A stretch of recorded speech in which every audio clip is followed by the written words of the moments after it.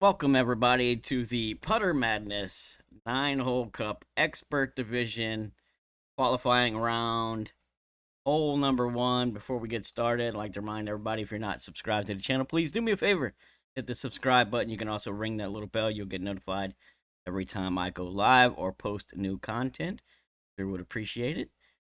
So, for hole number one, the idea here is to lay up just short of the green, gives ourselves a baby inbringer chip for the eagle and avoid the putt. All right, so that's what we're trying to do. We're going to send a Zerk down there into EB range and do our best to avoid putting in this round.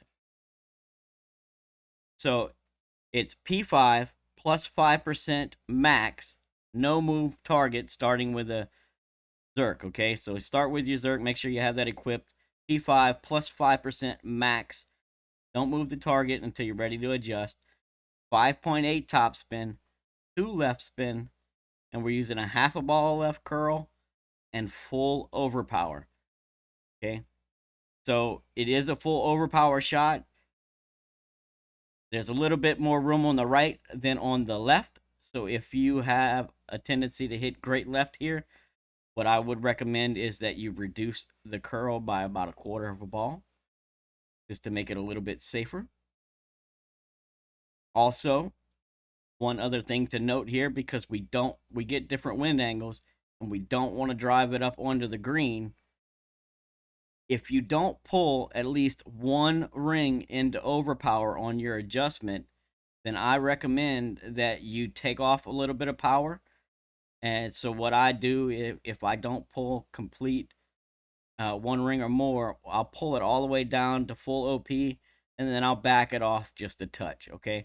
Just to ensure that I don't roll slightly onto the green there. I'd rather be a little bit shorter and play the Endbringer shot a little bit longer than to just barely roll onto the green and have some sort of crazy putt. You know, you really don't want to walk away from hole one with less than an eagle because you had a long putt. So if you pull less than a ring of overpower, either reduce the top spin a little bit, or you can do what I do and just take off a little bit of power, keep everything else the same, just to ensure that you don't roll long and just, onto the front edge of the green. But beyond that, pretty easy shot. The Endbringer has a couple of different elevations to play, and I'll go over those quickly. So we're playing P5 Endbringer rule with no spin, right? If you're between 0 and 25% slider with your Endbringer, then it plays roughly 10% EB rule.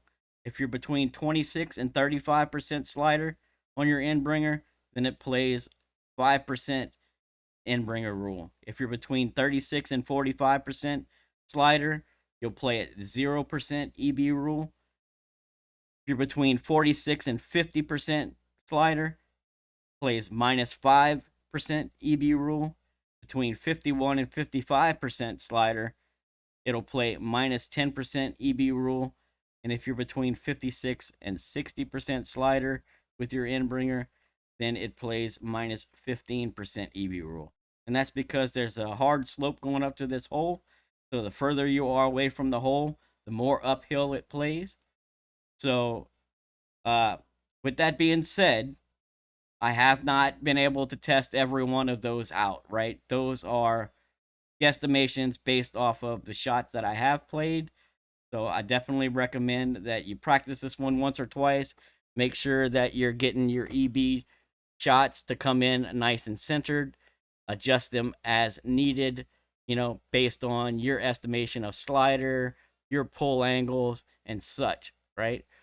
That's the basic setup that I have. Those are the basic numbers that I have, and I'll go through and refine them, for the notes as I play more rounds. But for now, that's what I have. So, wish you the best of luck. Hope you get the drop. We'll see you on the next hole.